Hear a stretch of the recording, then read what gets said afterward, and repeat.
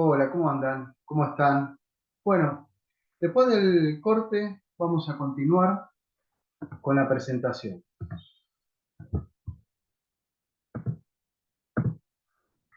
Bien, si bien hablamos de cómo desarrollar lo que es la psicología positiva, el planteo que se nos hace es ¿por dónde empezaríamos? ¿No? ¿Por dónde empezamos? Entonces, hablamos de la psicología positiva, que es centrarse en las fortalezas, las habilidades, los recursos, las cualidades que tiene el deportista. Desde el concepto y el concepto que desarrollamos de liderazgo, también nos planteamos diferentes habilidades y cualidades que debería tener el líder, como esta posibilidad de influir, de motivar, de ser modelo, de generar empatía. Hablamos de la comunicación efectiva. Entonces, frente a todo esto, vamos a empezar a desarrollar, por ejemplo, ¿no? Entre todas las herramientas que podemos utilizar, tenemos lo que es la matriz FODA, ¿no? Acá yo lo que utilicé fue algunos ejemplos. O sea, básicamente hablamos de fortalezas, de los puntos a mejorar, que serían las debilidades que la formulamos en puntos a mejorar, oportunidades y amenazas. Ustedes van a ver que en esta matriz tenemos por un lado lo que corresponde al mundo interno y por otro lado el mundo externo. Acá son ejemplos. Siempre aclaro que todas las fotos y referencias que utilizo, en este caso de Janina Lamelas, todas las personas que yo pongo fotos, les pido su autorización y su consentimiento. Como las referencias, siempre cito lo que son las fuentes, ¿no? Así corresponde hacer. Bien, dicho todo esto, y aclaro, son ejemplos que uno utiliza acá a modo de graficar, en este caso, la matriz FODA, ¿no? Algo que yo hago con los deportistas y quiero transmitirles como un ejemplo que también lo pueden utilizar es este tipo de herramienta. Entonces, un primer ejercicio es colocar dentro de la matriz FODA y también vinculándolo con la psicología positiva, las fortalezas. Entonces, siempre partimos de los puntos fuertes. En este caso, le pregunto al deportista, ¿no? Al atleta, ¿cuáles son tus fortalezas? Bueno, ponemos patas circulares, la movilidad, la constancia en los entrenamientos, esto de la actitud ganadora. Entonces, todo eso lo documentamos, lo registramos. También registramos los puntos de mejora. Por ejemplo, las patas laterales, puedo referir que no tiene fuerza, no tiene diferencias en cuanto a que las puede aprovechar para sacar, sacar provecho de eso en cuanto a las patas laterales. Después, si nos vamos al tren superior, la cuestión del boxeo, las manos, punto a mejorar. Otro, el diálogo con el entrenador. Esto refiere, ¿no? La autoestima y lo que nos trae a consulta también el tema del bajo rendimiento, y que por eso determina que es un punto a poder fortalecer. Todo esto dentro del mundo interno. Ahora, si nos vamos al mundo externo, repito, son ejemplos, ¿no? Oportunidades. Disponibilidad en un gimnasio, entrenamiento en boxeo, que identifica que puede llegar a hacer y tiene los recursos, los horarios laborales flexibles. Como amenaza se identifica competidores que están mejorando, o sea, dentro de su categoría, y en determinados torneos identifica que las rivales con las cuales se están midiendo están mejorando. Proyectos personales que pueden llevar a desenfocarse, y lo identifica como amenazas, o sea, desenfocarse de sus objetivos. Y, por ejemplo, el tema de la facultad, estar cursando el último año de la carrera. Esto aparece mucho en los deportistas que están atravesando alguna instancia por ahí final o alguna instancia donde están comenzando con los estudios, donde determinan, o sea, identifican que puede llegar a ser un obstáculo en estos objetivos o en la carrera deportiva. Bien, Entonces, para todo esto, nos volvemos a vincular con lo que vimos en otras diapositivas, ¿no? Que habla de la planificación y la programación de metas. Por eso, vuelvo a señalar que a mí me es de mucha utilidad y los invito y las invito a que lo utilicen. Esta planillita de lo que es la planificación y la programación de metas, o sea, lo que sería un programa de metas y de objetivos. Entonces, la herramienta de motivación, que en este caso es la planilla de metas, nosotros lo planteamos en las metas que tienen que ser concretas, claras, realistas y desafiantes. Y acá le coloco algunos ejemplos. En concretas, que esta meta sea concreta, por ejemplo, quiero ir a un selectivo, ¿no? Después, claras, integrar una selección. Realistas, ejemplo, acomodar horarios de trabajo, entrenar 4 veces por semana, la cantidad de estímulos que uno diagrama con en este caso con el atleta, si voy a tener 5 estímulos a la semana, si voy a tener 2 estímulos por la mañana y 2 por la tarde, o por la tarde-noche, y los días de descanso. Todo eso se puede eh, explicitar en este tipo de planillas. Los, las metas que tienen que ser desafiantes, o sea, en este caso competir en una Copa del Mundo, también puede ser desafiante el generar ingresos y ahorros, o sea, estipular qué cantidad de ingresos yo puedo llegar a alcanzar para costear en este caso los viajes, lo mismo que los ahorros que puedo llegar a alcanzar.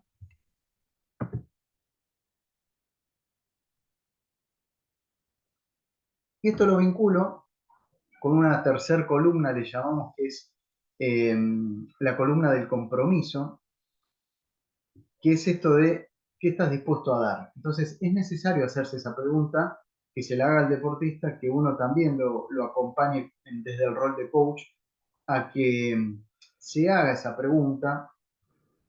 En esta foto le agradezco a Nahuel Torre que me dio el ok para poder colocarlo.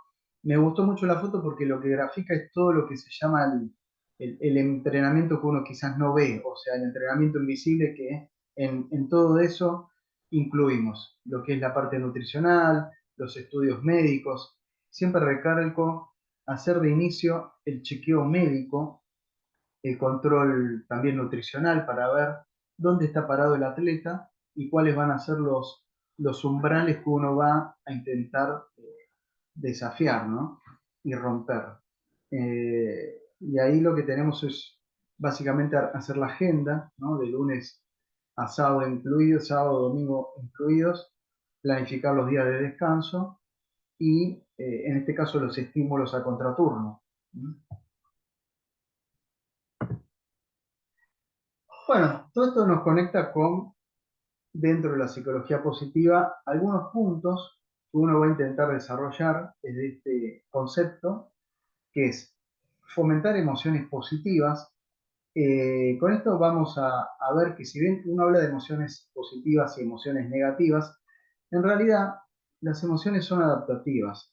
Vamos a encontrar emociones que por ahí uno las denomina generalmente como negativas, que puede ser el enojo, la ira, la bronca, el miedo, pero en realidad son emociones que permiten salir de ciertas zonas donde por ahí el deportista está estancado. ¿Sí?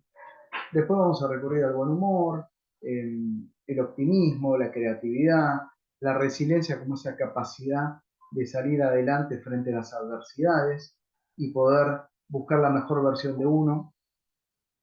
Acá van a ver que este es un trabajito que hicimos con una foto donde se le pide en este caso a Nahuel que coloque diferentes palabras que pueden ser activadoras.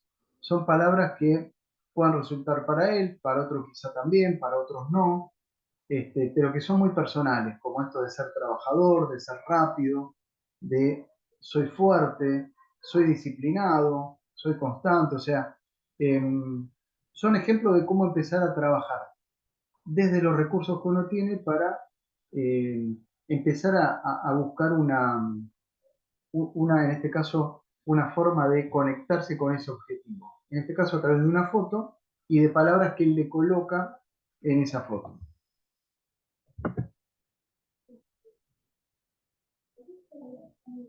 Bien, en este caso nos encontramos con un par de fotitos a modo de ejemplo, donde también vamos a trabajar esto del buen humor, de desarrollar un buen clima de trabajo.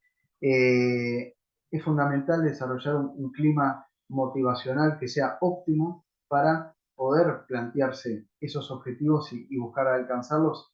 Y esto de generar las emociones positivas en cuanto a la felicidad, en cuanto a la alegría. Obviamente van a haber momentos de quizá de enojos, de frustraciones, pero a través del buen humor y el optimismo es fundamental poder sobrellevar las decepciones, los obstáculos. Eh, Ahí lo tenemos a Pablo Ferreira y su grupo.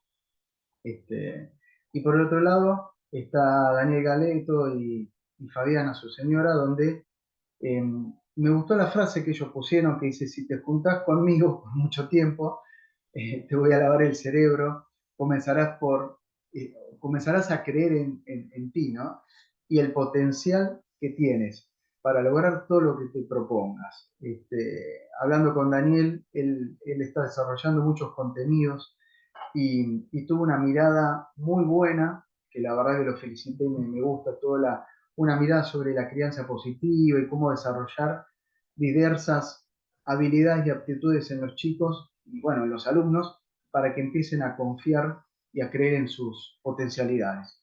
Así que la verdad me lo quise poner porque me gustó mucho todo el enfoque que él está dando a su grupo y también desarrollando desde el rol de líder, ¿no? Bien, ahora si nos adentramos en lo que es la inteligencia emocional, les voy a leer un poco lo que dice esta filmina. El éxito y la superación en el deporte no solo dependen de las condiciones físicas, de tener un cuerpo preparado, de hecho, no es solo la garantía de con tener el aspecto físico cubierto, uno puede llegar a alcanzar los resultados propuestos, ¿no? Existen factores mentales y emocionales que pueden influir en el resultado de una competición, un torneo o un partido, y la inteligencia emocional es una capacidad que nos ayudará a sobrepasar estos umbrales insospechados, ¿no? Esto que yo decía de que cada uno se pone ese techo y vamos a ver que en determinados momentos y situaciones, que ya puede ser en un torneo, una competencia, eh, si uno recurre a poder ejercitar y entrenar esta inteligencia emocional, se va a dar cuenta que en esos momentos donde piensa en por ahí colgarla y tirar la toalla, ¿no? O colgar los guantes, como se dice, va a dar un plus, un poquito más. Entonces, un aporte extra de energía emocional en un momento crítico puede modificar el final de un torneo, carrera o partido, ¿no? Quien desarrolla este concepto y que es o sea, un referente en esto es Daniel Goleman. En el año 1995, este psicólogo estadounidense publicó un libro con este título de inteligencia emocional. Y es donde aparece por primera vez definido este concepto, que él habla que dice la inteligencia emocional, como lo define, ¿no? Como la capacidad de sentir, entender, controlar y modificar los sentimientos propios y ajenos. Por eso me parece fundamental y pertinente introducir este concepto de inteligencia emocional en nuestro curso nacional de coach. Fíjense, acá hay un cuadrito que está sacado de una página que es Psicología Online, es la fuente. Fíjense qué vinculado está con los principios del taekwondo que nosotros desarrollamos. O sea, lo que es la cortesía, integridad, perseverancia, autocontrol y espíritu indomable. Vamos a ver cómo se relaciona mucho con lo que se plantea de la inteligencia emocional en cuanto a la autoconciencia, las habilidades sociales, la motivación, la autorregulación y la empatía. Entonces, este conocimiento de sí mismo, el compromiso por lo social, que nosotros lo vemos mucho en todas las acciones que se fomentan en el taekwondo, esto de intentar construir un mundo pacífico, de ser atentos, de la cortesía, de la integridad, esto de poder diferenciar de lo que está bien, lo que está mal, este, poder incorporar esas cualidades, todo lo que tiene que ver con el autocontrol. Fíjense cómo nosotros acá vamos a hablar de lo que es la autorregulación emocional, cómo gestionar y poder echar mano a esas emociones para que nos sirvan a nosotros a nuestro favor. Esta capacidad de poder rendir, pero no solo rendir un cinturón, sino rendir en lo que es el rendimiento deportivo, pero bajo presión, de poder utilizar la confianza y la concentración en cuanto a la actividad que uno desarrolle. Vamos a ver cómo determinadas cuestiones que se plantean en la inteligencia emocional y la psicología positiva están muy íntimamente vinculados con los principios del taekwondo.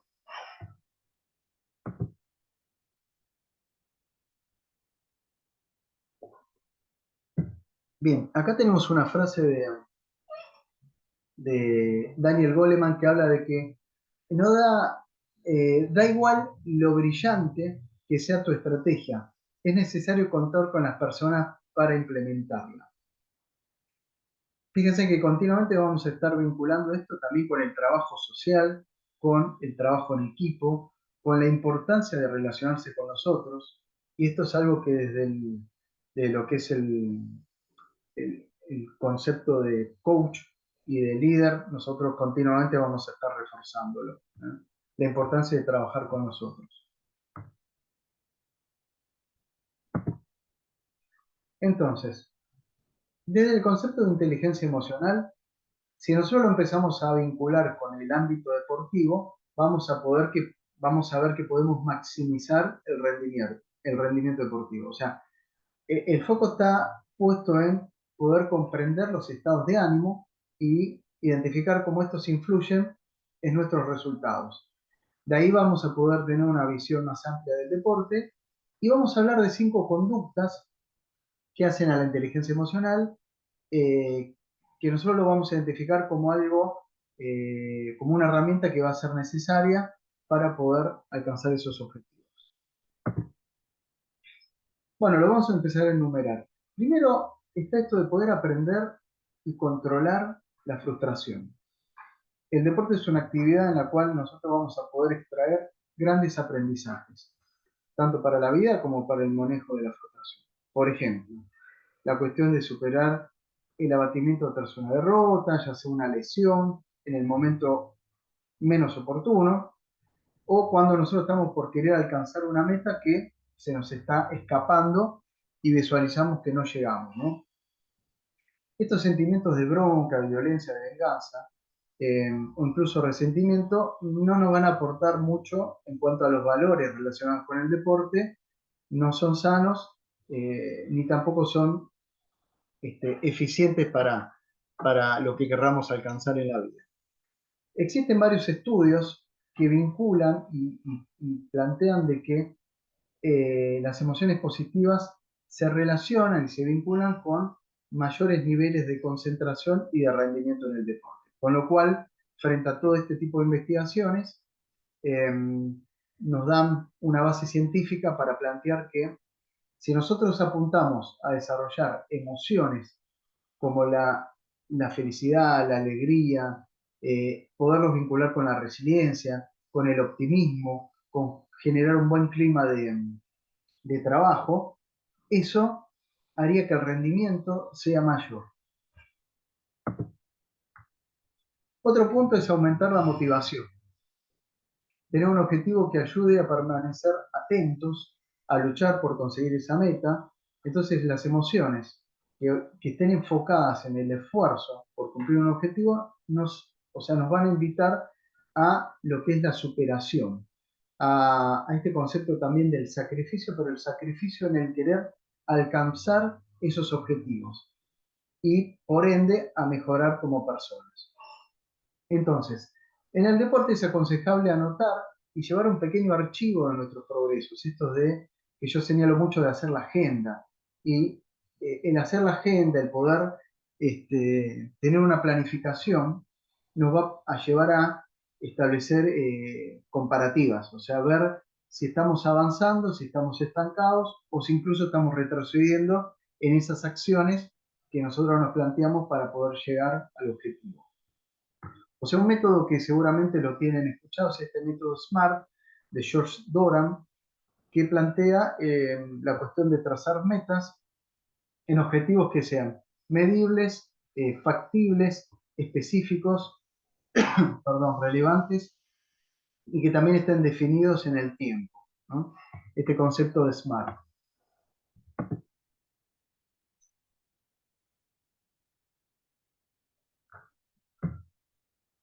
Y nos vincula con otra vez la planificación. Entonces, el tener una planificación, un esquema, una imagen donde nosotros podamos visualizar y continuamente ir a, a mirar si estos objetivos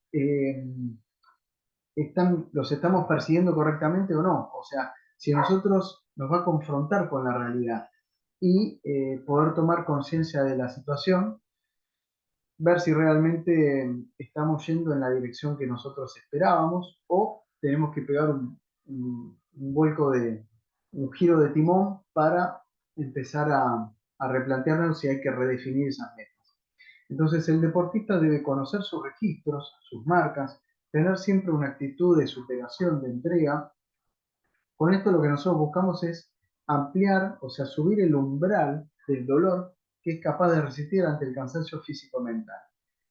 ¿Qué quiere decir esto? Que hay veces que uno va a detectar que el deportista llegó hasta un cierto límite y eso es lo que hace la diferencia entre un deportista que hace una actividad, ya sea a nivel recreativo, a nivel amateur, ya si estamos hablando de un deportista más de un nivel profesional o de alto rendimiento. Entonces, en la medida en que pueda superar ese dolor, vamos a ver qué tanto puede romper el umbral, ¿no? Para lo cual es necesario poder tener un registro de sus marcas o hasta dónde llega. Vamos a ver que a nivel emocional también lo podemos trabajar. Otro punto es mantener la perseverancia. La perseverancia en cuanto a ese carácter nos dota de ese carácter de tenacidad para poder alcanzar cualquier actividad en la vida, ¿no? El ser perseverante nos va a conectar con desarrollar paciencia y también poder comprender que los logros son graduales, o sea, eh, hay veces que determinados logros se dan en forma rápida, pero generalmente son paulatinos. Y el poder comprender esto nos va a llevar a valorarlos también. Hay un estudio publicado por el Journal Personality and Social Psychology que habla de que esto está muy ligado a una cualidad, eh, esta cualidad en cuanto a la consecución de los objetivos, la perseverancia, ¿no? El ser perseverantes, cuestión que también nosotros lo vemos en el arte marcial, como uno de los principios. Entonces, gracias al deporte se adquieren valores como el espíritu de superación y de sacrificio, cosa que nosotros lo vemos mucho en el arte marcial. Otra cuestión es el saber perder. Poder comprender de que después de tanto esfuerzo, también ser tolerantes y ser humildes con nosotros mismos, saber que hay veces que se va a poder perder, se va a ganar y otras veces se va a perder. Lógicamente uno siempre quiere ganar, pero también tener esa humildad para aceptar las derrotas. Bueno, el mundo del deporte, como plantea acá, está lleno de personas que quizás no pasaron a la historia y jamás pasarán, que no consiguieron una medalla, pero que igualmente son dichosos por haberlo intentado, ¿no? De hecho, es posible que la superación personal sea el mejor premio. Hay veces que uno puede pensar, quizás es como se dice, consuelo de tontos, pero la realidad es que muchas veces uno fracasa y a medida que fracasa y lo intenta, logra ese objetivo tan deseado. Entonces, la inteligencia emocional y a través del deporte nos va a permitir tomar ese impulso de superación y nos va a ayudar a levantarlos y también desde el rol nuestro de coach, de líderes, poder acompañar a otros a que continúen, eh, insistiendo y continúen persiguiendo esos sueños, esos objetivos.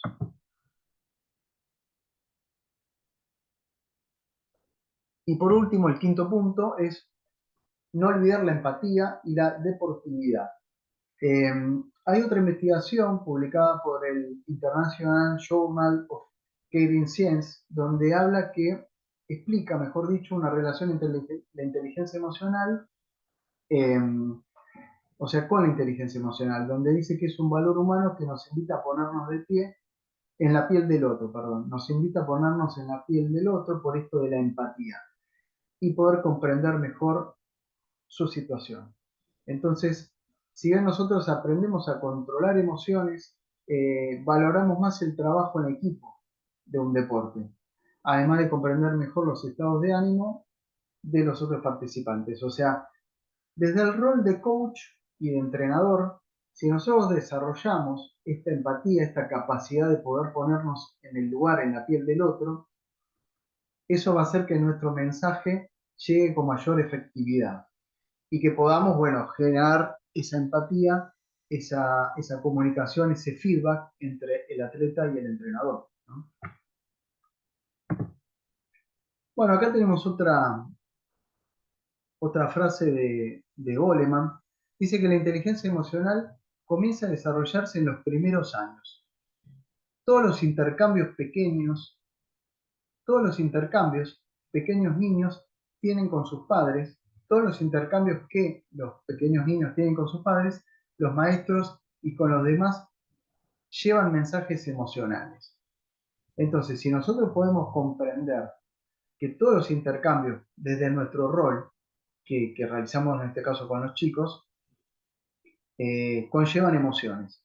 Entonces, vamos a ver cómo nosotros podemos, esto se da mucho, por ejemplo, cuando uno analiza el, el fenómeno del abandono deportivo en edades tempranas. Entonces se da cuenta como hay investigaciones que plantean que hay factores relacionados con el entrenador, que es una figura fundamental.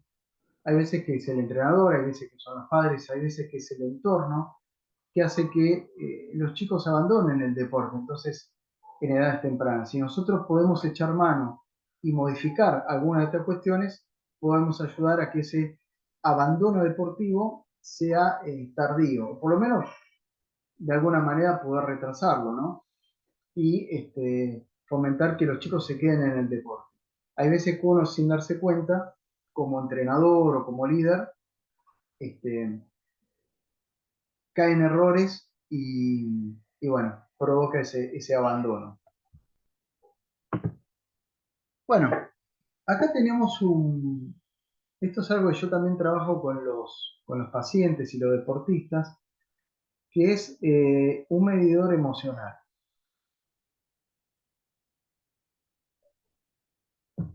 Fíjense que es es un esquema donde tiene en diferentes colores lo que serían, frente a esa pregunta de cómo te sientes, por un lado tenemos lo que es la energía y por otro, en otro vector tenemos lo que es el ánimo. Entonces, a mí me permite trabajar con los pacientes, con los deportistas, que identifiquen en cada cuadrante cómo están de acuerdo a los colores. Por ejemplo, el color rojo, amarillo, el verde y el azul. Dentro del cuadrante rojo tenemos, eh, puede identificar a nivel emocional que está enfurecido o enfurecida, ansioso, asustado, preocupado, nervioso. Dentro del amarillo, que está contento, que está alegre, que está concentrado, optimista, motivado. En el verde, por ejemplo, nos vamos a encontrar con una persona que refiere que está calma, que está con sueño, que está tranquilo, que es afortunado, equilibrado, y en el azul ya está más relacionado con emociones como la tristeza, el cansancio, que es pesimista, o que se siente decepcionado o decepcionada. Entonces, esto me permite tener un primer pantallazo de cómo está, en este caso, el atleta a nivel emocional. Entonces, este medidor emocional, ¿qué nos permite? Expresar sentimientos sin que el miedo de los demás se pueda, o sea, que los otros se puedan reír de uno, ¿no? También nos permite identificar cómo estamos nosotros y qué tenemos en común con los demás.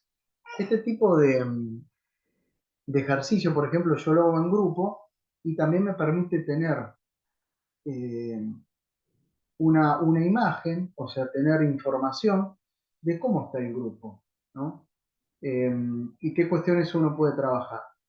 Eh, Lógicamente es muy personal, hay gente que lo quiere colocar, hay otros que no, pero nos permite tener un buen indicador de cómo, como si fuera un termómetro, ¿no? De las emociones a nivel personales y a nivel grupal. Después, ¿qué pasa? Esto uno puede atravesar diferentes momentos y también lo puede identificar en este medidor a nivel de cómo llega la competencia, cómo está durante la competencia, cómo está al final de la competencia. Se puede aplicar en un día de entrenamiento, tranquilamente. Entonces, es más, hasta pensarlo nosotros en nuestra jornada diaria. Cuando empezamos la jornada al principio del día, uno puede decir, bueno, yo me encuentro en este cuadrante, en este medidor me encuentro en el cuadrante por ahí eh, amarillo, con energía, hiperactivo, emocionado, y a medida que va pasando el día por diversas cuestiones, por ahí puedo estar enfurecido, ansioso, molesto, entonces pasé al cuadrante rojo y después me doy cuenta que con alguna situación del día me encuentro más del lado del verde, calmado, relajado. Entonces, me permite identificar eso y es un buen trabajo que hacemos con los deportistas a nivel de las emociones.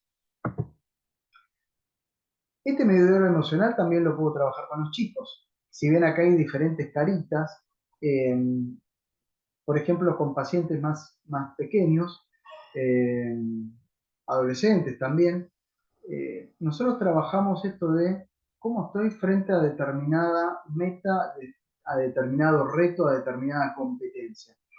Esta pregunta de cómo me siento. Entonces identificamos a nivel de la energía, ¿no? O a nivel del ánimo, ¿cómo estoy? ¿Estoy con alta energía? ¿Estoy motivado? ¿Estoy con ganas? ¿No? ¿Qué emociones aparecen ahí? ¿Estoy alegre? ¿Estoy triste? Entonces, eh, lo que es este ánimo, ¿es agradable? ¿Estoy de un buen ánimo o no?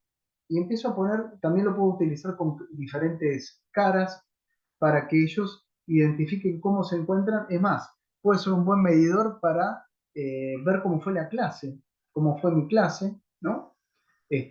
Donde los chicos cuando terminan la clase colocan caritas o también puedo utilizar que bueno, lo hablamos en los otros espacios, esto de fomentar espacios de diálogo con la clase, con los chicos, para también que sea un termómetro de yo como instructor, cómo estoy sobrellevando las clases y si necesito hacer algunos cambios para que las clases por ahí sean más motivadoras, más divertidas, más desafiantes, ¿no?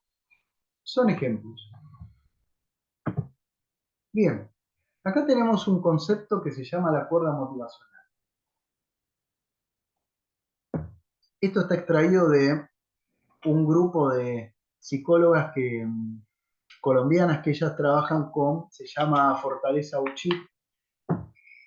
Ellos trabajan con este concepto de cuerda motivacional que me parece muy piola. Yo de hecho lo trabajo con los deportistas y con los pacientes, que es tal cual como se ve en la imagen, un equilibrista que va desde una punta de la cuerda, que son las acciones del día, las acciones cotidianas, hacia el otro extremo, que es el sueño o la meta a la cual uno aspira.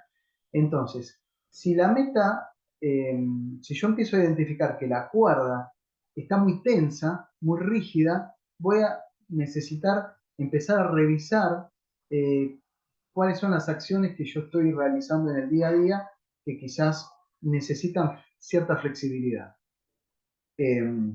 Como si la cuerda motivacional está muy floja, también voy a perder el equilibrio y puede ser que mi camino hacia ese sueño, hacia esa meta, eh, se esté obstaculizando. Entonces voy a necesitar revisar mis acciones del día.